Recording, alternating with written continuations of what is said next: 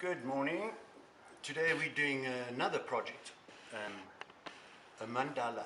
Now, a mandala is based on a square shaped canvas and pretty much a circle with very detailed pen and ink, very detailed shapes. Now I'm going to introduce you to some of the materials that I'm busy using, and the nice part about it is that they're everyday materials. You can find the leaves in the garden, different shapes, look in the kitchen for different shapes, look around the house, and so we'll do a little introduction of the very basic materials that we've used for this project. Okay, for example, we've got just a simple candle holder, and I like the shape. But remember, we've got 1, 2, 3, 4, 5 as our base. Okay, so what I'm going to do is I'm going to place it on pretty much the center, and we're going to darken up the lines. I've already made lines on the canvas so that I can get an idea of my positioning. So I'm just going to, with a pencil, I'm going to darken up those lines. I won't darken everything, I'm just going to darken one or two, and hopefully we can see that shape coming up. The next basic shape that I've used, a box of paintbrushes. Here we have an old paintbrush, but I love this shape that's happening here. So what I'm going to do, similar area, I'm going to give myself a darker line. Now don't forget that what I've done is I've divided this canvas up into half that way and half this way. So I've got myself 8 shapes. If you can understand how we work in there, we've got 1, 2, 3, 4, 5, 6, 7, 8. But the little flower shape is going to be 5. So it gives us a completely different geometric shape. Okay, so what I have now is I've just put an old tin lid, and I'm making myself a circle perfectly centered inside the square. Okay, so that's the canvas. Give you an idea of the canvas, it's a double depth canvas, which is really nice. It's like a box canvas, and that's the back of the canvas. Yeah, so what I'm doing is I'm darkening the lines that I've already put in here, and very important, I might not use all of my lines. I might paint some of my lines out with white acrylic PVA. The next step is going to be probably darkening the lines even further with a pen and ink, okay, and really have fun with it. I'm going to take a little bit of a chance here, and I'm saying, okay, I want a line that sits around there, and I'm going to repeat that line 8 times around my canvas. Eh? So that's the kind of thing that it looks like now. The next part of the video, I'm going to be introducing a press ink using the frond of a fern. So I've just chosen 1 or 2 fronds, and that is going to be running around this way, or could be even running around that way. So it depends on how you feel at the time. It's really quite free to design it the way you want to, except for the structure lines that are sitting inside the canvas. So these are the materials I'm using. It's also a fern, and I'll be showing you in the next video how I ink up that fern and I press it into the canvas. The fern is not going to stay on the canvas. All I'm using is the shape of the fern to get my ink pressing. So stick with me and we'll see what happens next. Well, welcome back. In this section I want to just give you a quick overview of the materials that we've added. I've got a really nice soft brush. It is an old brush and you don't need a new one. I've got a bit of water, either in the squirt bottle or take the nozzle off and use it as it is. I've got a palette which happens to be the lid of a paint tin. I've got my acrylic ink, my acrylic paint or ink, you can use ink as well, and then just a drying up cloth which is a little bit damp to clean fingers. So what I'm going to be doing is giving you an indication of how we put the fronds in. So this is the shape I'm going to be using. Okay, we're going to get rid of this one for now, and let me show you how we do the paint. It's just using a little bit of black paint. Okay, very little bit of black paint, and we get that out of the way, and I need a little bit of water. So I'm doing getting some water and a little bit of water, not too much. Okay, here we go, and a drop or two of water is all we need. Okay, get that out of the way, and that's the consistency. You can see it is almost running. It's almost running. So what I'm going to do now is I'm going to ink up my frond, my fern frond. Okay, get a bit of ink on the fern. Okay, we don't want to clog it up too much. And the other thing to remember is you don't have to have every single print exactly the same. So what I'm going to do is I'm going to put it on, try and hold it steady. Okay, doing that one, and that didn't work. Well, what happened here was the consistency of the paint was probably a problem here. So I'm going to leave it there to show you what the next possibility is. Once you have the consistency of the paint correct, so I'm going to put no more water, I'm just pulling water into my paint. And I'm going to try this one more time. Well, I'll try it 8 more times. What I'm doing here is I'm just separating the frond's leaves so that there's a distinctive shape. Okay, and what we're going to do is we're going to try it again. So I'm putting it in position, and I'm going to be more forceful with the pressing down of this frond, and let's see what the result is. We might have to change our whole tactic and see what happens. And the other thing to remember, that's a bit more consistent, so it's actually worked quite well. And it's a very odd shape, but you can build around the shape with white paint, and that's the whole idea. You could build around this shape with a pencil. Let me show you what I would do there. You actually get the basic shape of your frond back in with a pencil. So you can see it's almost a feather, almost a plant shape. Okay, and I'm building my my shape up again, getting it more visible really. And don't forget, what we're doing is we're going to work in negative space around here. So there's so many ways that we can go. But this is a better result than this one here. So what I'm going to be doing is, let's try and resuscitate this one with a pencil and get some shape back in. The other thing that must be mentioned at this stage is that I could have 2 fronds, 3, 4 fronds, or I could end up having more fronds all the way around, creating this circular shape happening around this square canvas.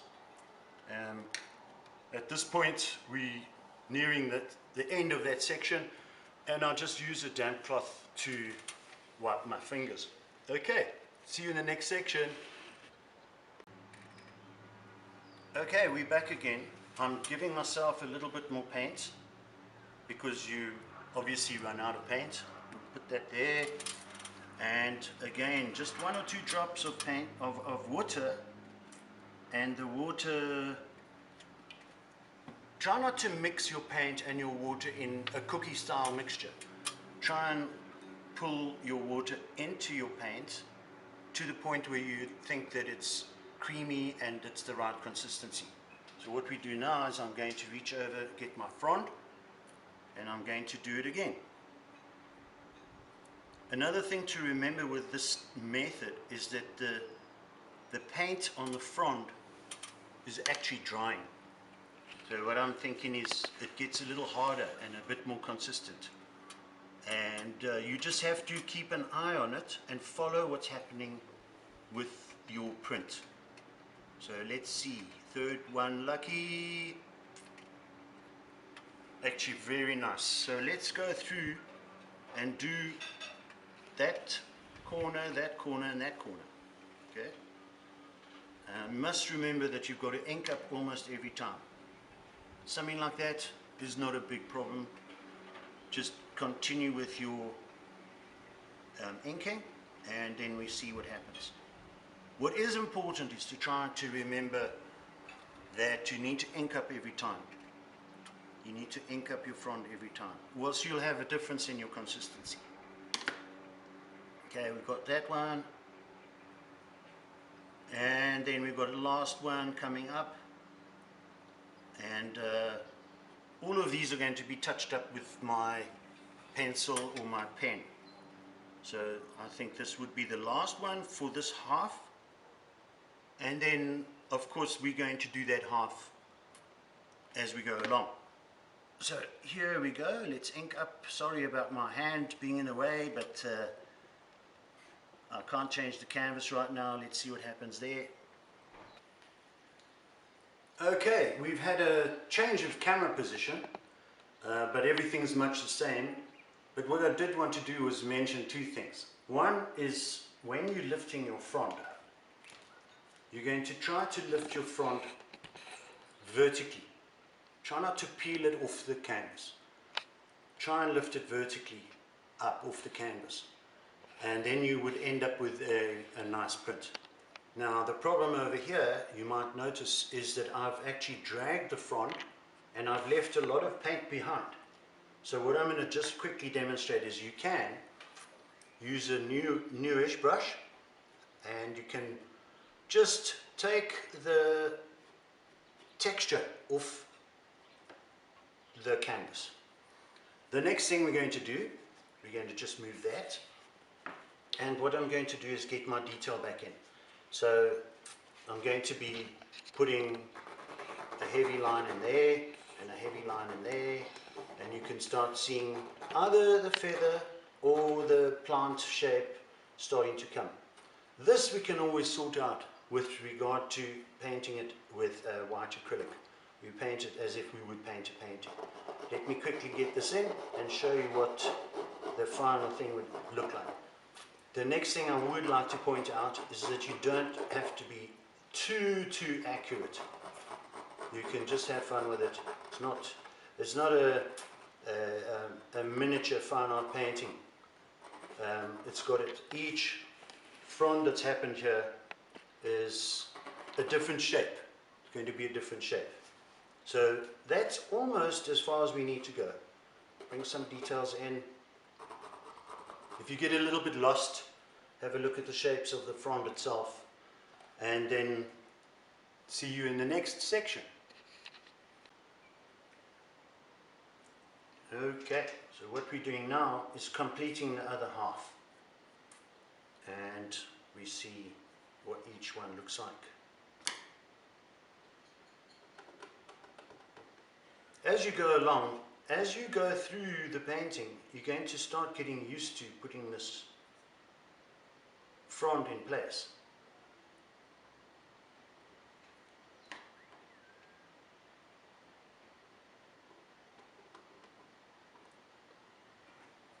And what I'm finding is that the quicker I do it, the better it is, because the paint is not drying.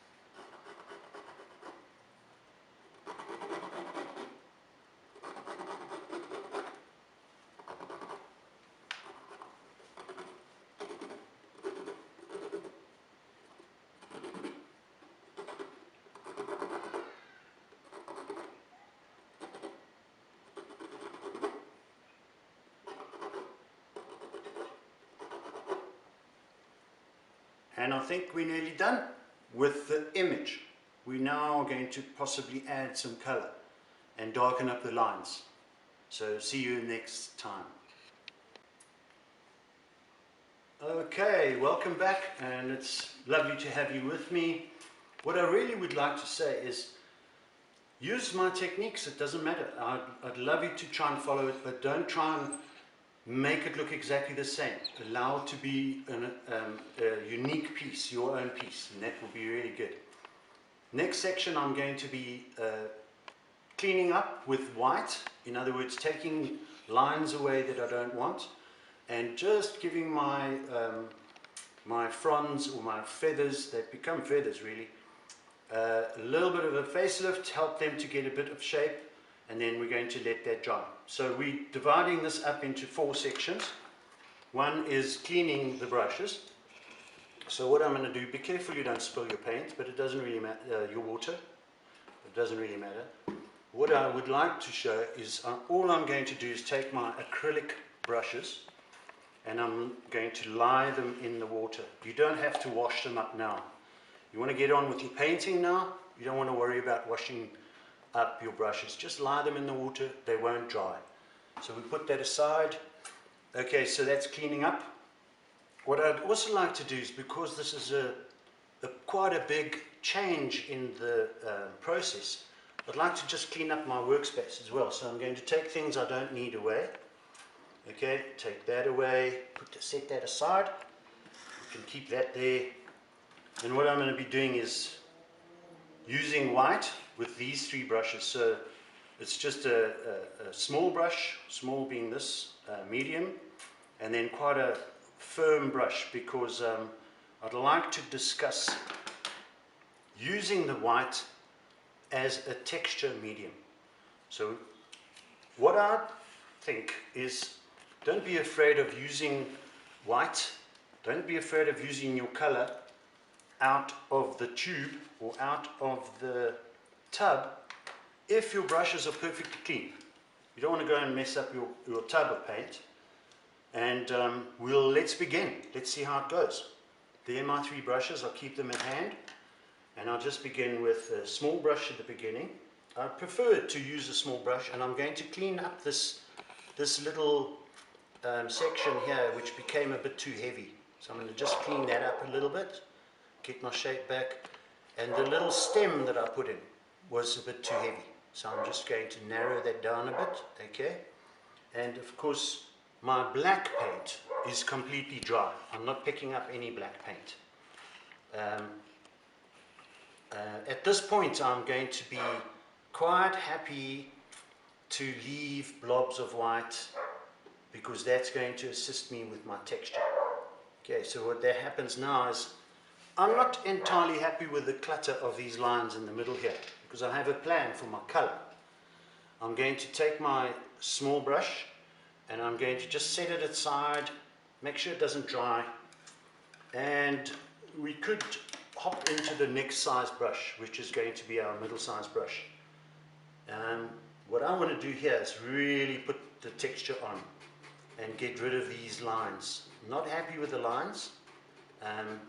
To me, it's making the painting a little bit cluttered. That's the beauty of it. The beauty of it is you can change your mind as you're going along. As you can see, I'm working into the frond. I'm not working that way. Well, that's the inclination. You may feel you have to work into away from the frond.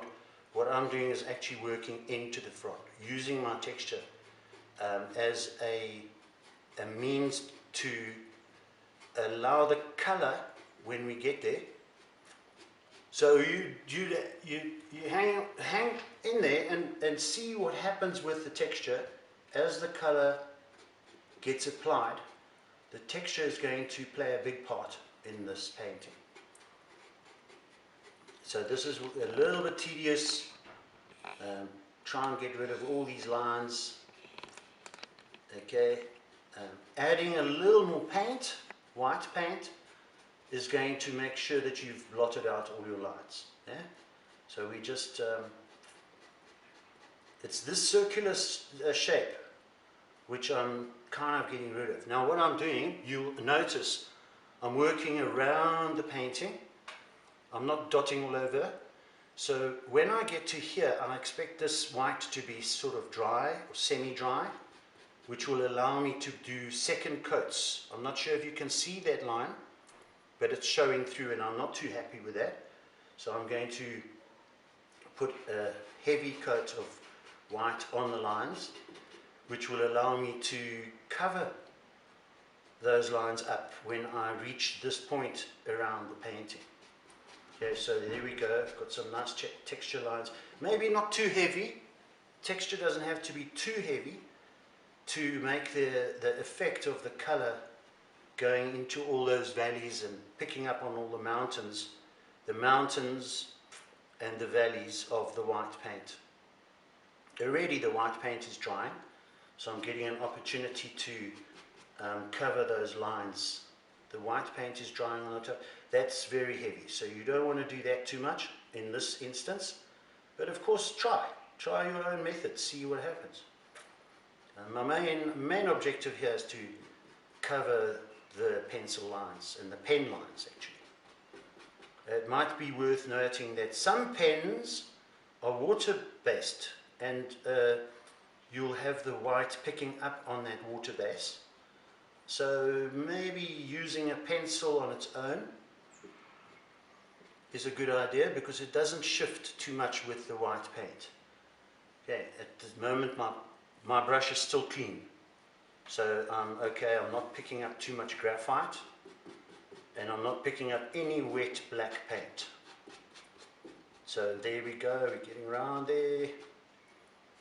Okay, working into the little fronds, which they've turned out to be feathers really, which is actually quite cute. It's quite nice. There we get rid of these heavy lines that I don't like. Don't forget, keep an eye on your whole painting. You change your mind whenever you need to. Whenever you need to, whenever you feel, no, that's not working, change your method, change your mind, it doesn't matter. It's your painting, and that's the magic, is that it's your painting. See, I went a bit up there. I think I'm going to leave that, let it dry properly, get rid of these heavy lines, let that dry, and then come back to it and cover those lines up.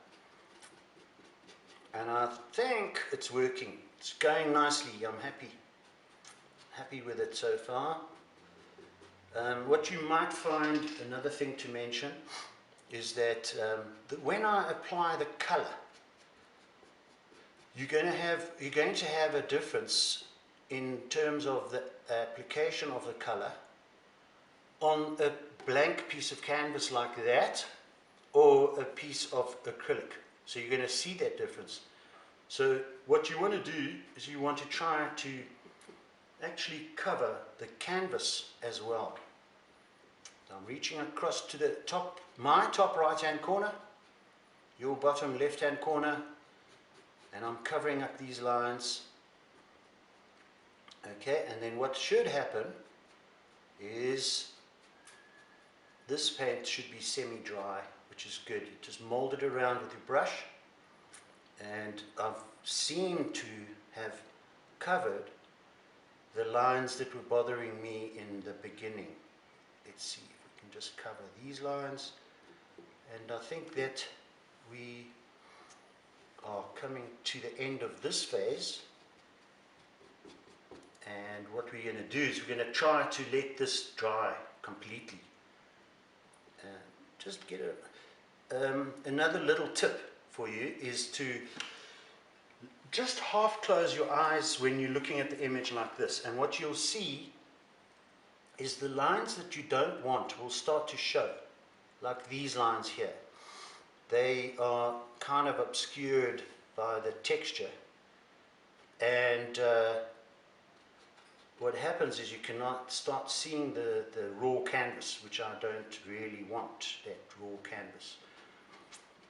Another thing that I can mention is try to make your texture, whatever you want, heavy texture or light texture, try and make it consistent throughout the painting. don't have a blob in the corner and then a smooth part in another part of the painting. Try and have it consistent. Okay, so what we've been talking about is getting rid of all these unwanted lines. Very interestingly, at the beginning of the drawing and the structure of the drawing, I kind of liked those lines, but I've changed my mind along the way, and that's.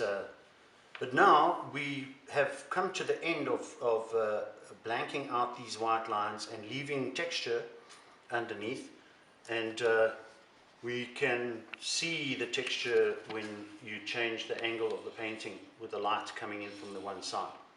So I'm quite happy with the white. We're going to let that dry completely, and then the most exciting part of this painting is going to be putting the color in and seeing what the color is going to do. What's really important now is that I must put my brushes into water, and I think you would know that by now, because acrylic is a plastic kind of paint, and when it dries it's destroyed your brushes. Okay, so you want to put this into clean water. You don't have to wash them right now, you can just lie them in the water.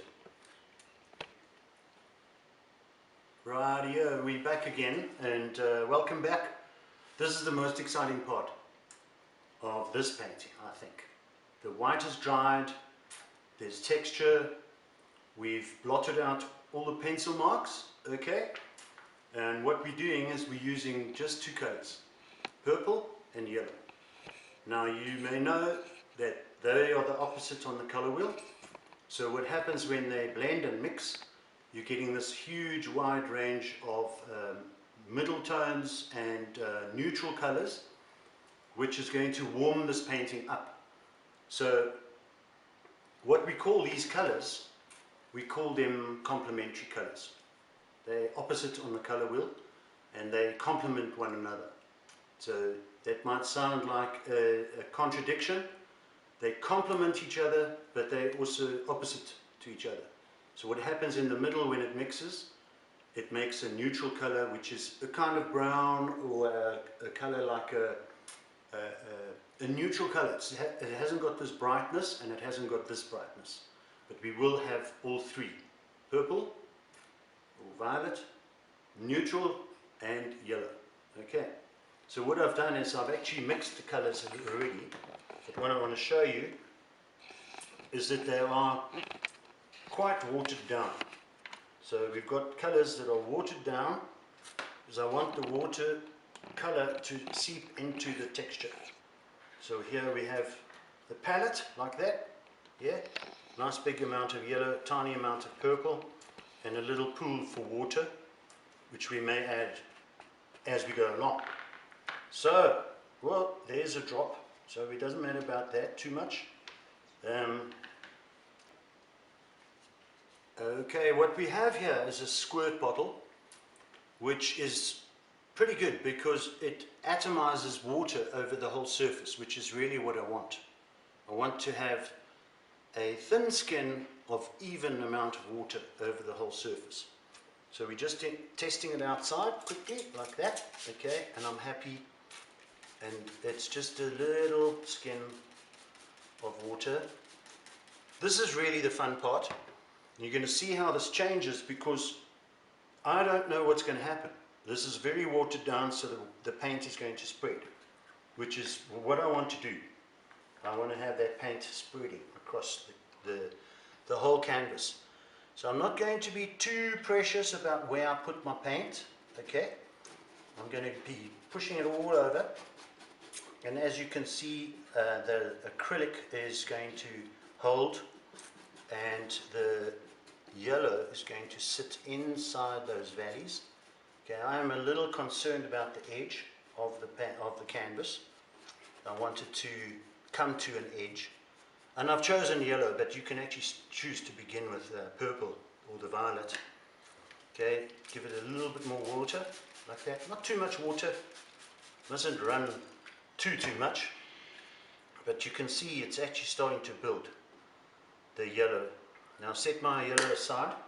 Now I'm not sure what's going to happen here, so what we do is we're just going to start and see what happens with how this paint spreads. Okay, And as you can see, the acrylic is holding, the black acrylic that we put in the beginning is holding, and it's going into all these little crevices and stuff, okay? And maybe put some in the middle. Now I'm going to spread this out a bit because I don't want it to be as harsh as this, and we do that by spraying water, and you see how this starts to blend. What we're going to have to do here is end this section of the video and let it do its natural spreading thing. Let it do it in a natural way, and then it will dry in its own way. Now, what I would like to point out is the blend of the purple and the yellow come into like that brown color that we were talking about, the neutral color. Don't worry about touching it too much because we've got yellow and purple in quite its pure form here, and then we've got neutral on this side. But what I would like to point out is the texture. If you see the white, it's actually starting to form a little ridge or a little mountain up there, and the paint is going into those little valleys, and it's going to turn into something quite beautiful. I'm very, very happy with how this is turning out as a finished painting. What I might advise is just run through it quickly and see if there are any areas, like this one's quite a strong area, any areas that are too severe or too strong. I want it to be like a flowery, a floral kind of feel, a very watercolor, although I didn't use watercolor, I used water-based acrylic, okay? And the reason I used water-based acrylic is because towards the end, when this is completely dry, I'm probably going to glaze coat it. I like to glaze coat my paintings for the dust and for small blemishes, fingernail marks or anything, and you can wipe it.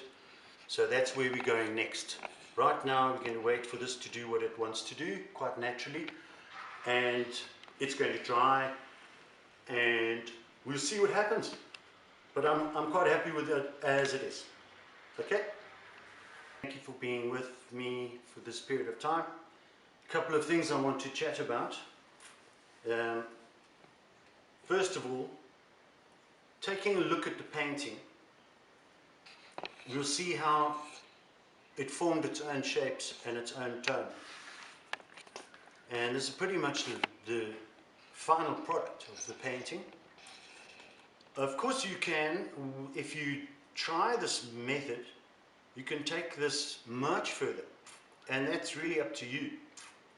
A couple of things I want to point out. The painting is facing you, because there seems to be a base here. There seems to be a base there. If I turn the painting around, you've got this darker piece that's happening at the top of the painting, when in fact you may want to see the painting with the darker piece down at the bottom. The other very important thing is, as this happened, the paint was meandering down to the bottom of the painting, and I was tempted to touch it, tempted to get a brush and pull this paint back up. And I want to try to encourage you not to do that. Rather leave the paint to do what it wants to do as an abstraction, and then take it further. But this particular painting I don't think I'm going to take further. I'm going to leave it just like it is. So we're going to, as we did in the previous painting, which you may have a look at there, previous painting, abstraction, splatter painting, and we edged the painting. In other words, we gave it a clean, sharp edge, and I'm going to show you how to do that right now. Of course, you can choose a color for the edge of the painting if you want to choose a color for the edge, but what I'm going to do in this particular instance, I'm going to get my paint and clean brush right out of the tub, doesn't really matter, and I'm going to edge the painting. What I'm going to do is I'm going to hold the painting facing away from me, like that, facing away from me, and I'm going to start edging the painting into the corner of the painting. Try not to paint across here because it's almost impossible to get a nice straight line across there. Okay, so what we're going to do is I'm going to paint the bottom of the painting first, and that's so that we can go straight into a signature. You might want to notice that the texture of the painting has really shown through, and of course you can make much more texture. You can really, and that was in our white painting out phase of this particular painting. We were adding texture. So here we are, painting the edge of the painting. And it's really this edge that you're looking at. It's really this edge that you're looking at here. You want that edge to be nice and clean. And again, it doesn't have to be heavy paint. You can see there's a little bit of drip mark there. I want to get rid of that. I want this painting to have an edge, and it must be clean. That edge must be clean. So here we go. Remember to hold it away from you. You're not painting this way around. You're painting this way around. So you're holding the wooden frame at the back of the painting. Very little drip. There are very few drip marks, so very little need for super coverage at this stage, because there's hardly any drip marks down the side of the painting. Okay, we're nearly there. What's really important for me is that you take this idea, if you are interested in trying this something new, take this idea and run with it. Make it your own. It's your own style. Don't be too concerned to copy this. You use the method. Remember, put your brush in the water, and you just have to leave it there. Now we're going to sign the painting. The white should be dry enough to do that. So at this point in time, I'm going to be taking my excess water, tipping it out, and you just need a little bit of paint. It's acrylic. Need a tiny little bit of paint, like that. Don't need a lot for a signature. And how I like to sign my painting is on the edge of the painting, especially if it's an abstract painting. If I were to paint my signature in the inside of the painting, it sometimes distracts from the painting itself. So I'm going to be signing my name. I'll show you how I do it. And what I do is, my name is fairly long, Denis Hilton Lees. So I sign my name in capital letters, much like that. Of course, you try and give yourself a little bit of space. You don't want to run out of space to the edge of the painting. And the other thing is, people who are interested in your painting will look for your name. They'll come up to the painting, and the first thing they'll say is, wow, that's a really cool painting, or maybe this is not my scene, but I wonder who painted it. So signing it on the edge is not a bad idea. Of course, if you want to have more presence, you would sign it in the front of the painting, maybe at the bottom, anywhere really. And yeah, so what I'm doing is I'm using a size 3 or 4 as far as I can see. Actually, yeah, it's a size 4 round. Carries a lot of paint, and it allows you to sign your signature without having the tonal difference, dark and light, dark and light, dark and light as you go along. Try and keep that signature the same. So we've edged the painting. We haven't touched anything as the paint was drying, and it's got some lovely marks that are happening around me. I really enjoyed this painting. I think it has a space on the wall. Yeah, if we get to the point where you use this technique, have fun and enjoy yourself, take it from there. Thank you very much for watching.